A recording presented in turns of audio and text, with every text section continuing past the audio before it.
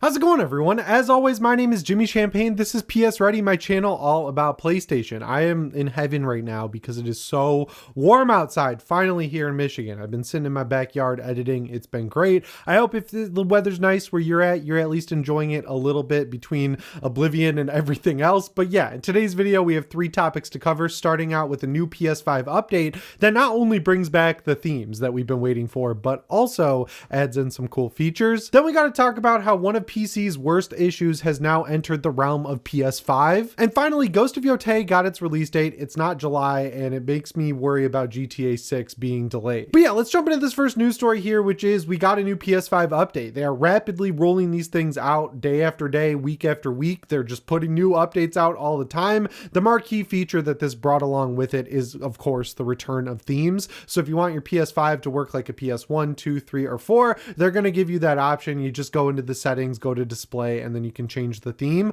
I appreciate this. I think it's really cool. I was hoping that because we had to wait so long for it, that maybe they were working on some for games like they did with the Welcome Hub. It looks like they just took that idea and then moved it to the Welcome Hub. I'm still holding out hope. If people really like these themes, which it seems like they do because they demanded that they come back, Sony should support it. They've got that team who made the Welcome Hub. They should use that team to make some game-related themes. I know it doesn't really do anything for their bottom line. I mean, I guess it really hurts their bottom line because they have to spend money on it and then they make no money in return, but that's what we need more of. We need more consumer-focused stuff because everyone else in the industry is not really doing consumer-focused stuff, and if you want an easy win, which Sony clearly needs right now, that's the easiest way to get an easy win. So I'm still holding out hope, but it's cool that those features are back. I'm excited. I'm going to put back on the PS2 one. That's my favorite era of PlayStation. Just like all of my favorite games from when I was a kid were out during the PS2 generation, but PS3 also is a strong contender. Maybe on my upstairs console, I'll do PS3, and on my PS5 Pro, I'll do PS2. Is anyone using the PS4 theme? I doubt it. I feel like no one's really nostalgic for it, but if you're one of the 50% who has not upgraded from the PS4 to the PS5, you could get a PS5 and then turn on the theme that makes it look and sound like a PS4, and you could get the Astrobot bundle for $400 and save some money. I mean, now's the time to buy a PS5. Prices are going to increase, so get it while you can. The other feature that they added is really cool. You can tune your audio to highlight specific things like voices or footsteps. I mentioned I've been playing Hunt Showdown on my PC and my PlayStation 5 because if you play it on PC a lot, where I have like 300 hours in it by now, going to console from PC, it's awesome because you like get destroyed on PC by people who are better than you with keyboard and mouse. You learn how to use keyboard and mouse. You move back to console. I'm just going to be real. You're so much better than anyone playing on console. The skill gap is insane once you learn a game on keyboard and mouse and switch over to controller. So like I switch between the two just to have fun. Some nights, you know, actually winning some games instead of getting absolutely stomped. Increasing footstep audio, that would really help in that game. Like that game is mostly using audio to figure out where people are versus just looking for them on the map. I feel like it could give you a little bit of an edge in that game where the footsteps are already amplified. To amplify them even more, easy way to win more games in Hunt Showdown. So if you're playing that, now you got an easy tip. You can also amplify things like voices, which is great because there's a weird trend in movies and TV shows and games now where even though they spend all this time recording dialogue and actually writing the script, everything else seems to be blasted to the max volume so you can't hear what the hell anyone is saying. Like I was never a subtitle person forever, and now when I'm watching Yellowstone or I'm playing a game on my PlayStation 5, 9 games out of 10 or 9 shows or movies out of 10, I gotta turn on subtitles because people are talking like this. It's like this. And then there's loud music going on in the background or gunfire or whatever. So yeah, if you're one of those people who have the same issue I do, you'll be happy to know you can amplify specific sounds.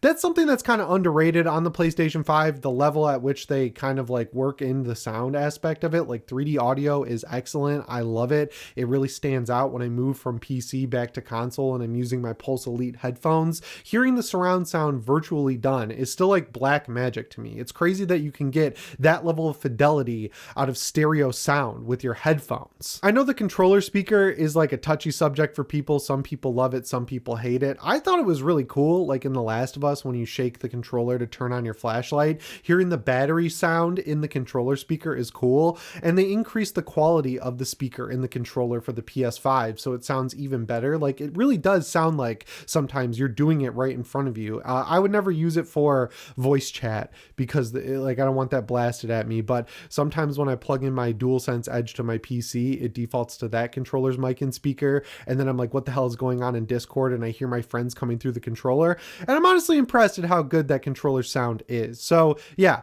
one cool way that Sony is kind of like working with sound that both Nintendo and Microsoft aren't. And on PC, you don't get a lot of great sound unless you're on a Steam Deck. That has, bar none, the best speakers of any device I've ever used. Like, I don't know what Blackmagic Valve is working with, but hopefully they make some headphones, because I would use those for everything from that point forward. But yeah, speaking of playing games on the PS5, Microsoft surprised no one when they released Oblivion Remastered, because it's been leaked so much. Like, the full game screenshots were leaking. I think the trailer leaked, so they did the big live stream where they showed off Oblivion. They said it's out now, and even though the surprise was ruined, it's still cool to get a remaster of one of the best open world Bethesda games of all time. Shadow dropped for $50. Unfortunately, because it's running Unreal Engine 5 for the new graphics, a lot of the problems that come with Unreal 5 on PC have now made their way over to console, and I'm gonna tell you some really unfortunate news about that. So if you don't know what I'm talking about, I did a great video on Deck Ready where I went through not only why every developer under the sun uses Unreal Engine 5, but also why it's so hard to run on these machines, and I'll give you the TLDR in case you don't want to watch it. Essentially, Unreal Engine 5 is like the perfect storm of an engine, especially considering that Unity, which was the one everyone was going with for a while, basically imploded their whole user base by increasing the prices for everyone across the board. All the developers lost trust in Unity, so even when they walked it back, they never recovered the amount of devs that were working in Unity. Unreal Engine's been around a long time. It really got ubiquitous with Unreal Engine 3 when they were showing off stuff like Gears of War with it. Then you got Bulletstorm. There were so many games during the 360 and PS3 generation that used Unreal Engine 3. Then in the PS4 era, we got Unreal 4. PS5 era, we got Unreal 5. So the reason a lot of developers use it is because they have a great deal with licensing. Basically, your first $1 million are free. You don't have to give any royalties or licensing fees to Epic Games until you make $1 million in net revenue on your game. So if you're making an indie game or a AA title, I mean, you're sitting pretty. You're collecting 100% of the revenue until you make $1 million. And if you're making a smaller game that costs less money, it takes a lot longer to build up $1 million.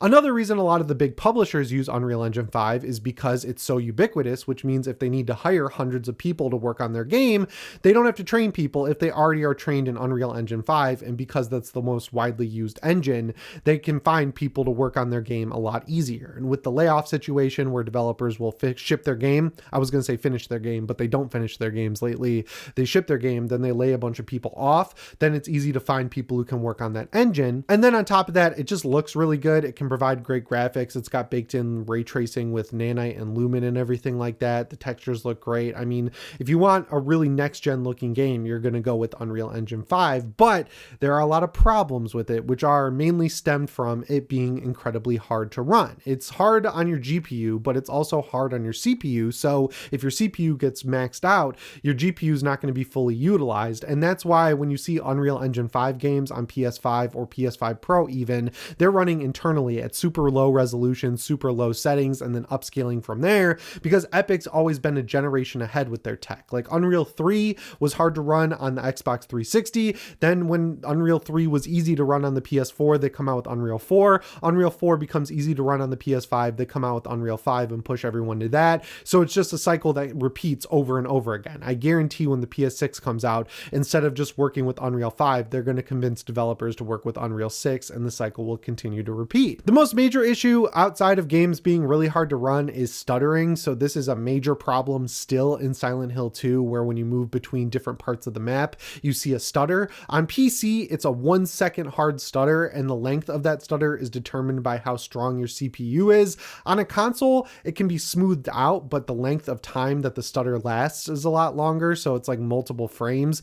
The best example of this, even though it's Unreal Engine 4, I'm pretty sure, is Dead Space Remake. Anytime you go through a door, it loads in the next room instead of loading in the entire map, so you see a stutter. Lords of the Fallen is an example too. When you go between different zones in the big connected open world, you see a stutter. Unfortunately, Oblivion seems to be a major problem child when it comes to using Unreal 5. I was looking up performance. Apparently, no matter what console you play it on, you're going to get major stutter. I was watching performance in quality mode, which should lock at 30 FPS, and it does, but it's constantly fluctuating between 29 and 31 FPS. So it's like jittery as hell. And and when it's loading in new stuff or you're in an area with a bunch of NPCs, that stuttering can just get worse and worse. Now, performance mode should fix that because it's lowering the resolution. It's probably turning off ray tracing. It's a lot easier to run for the PS5 and PS5 Pro, but unfortunately, it just makes everything worse because it's targeting a 60 FPS frame rate. And the worst part about all this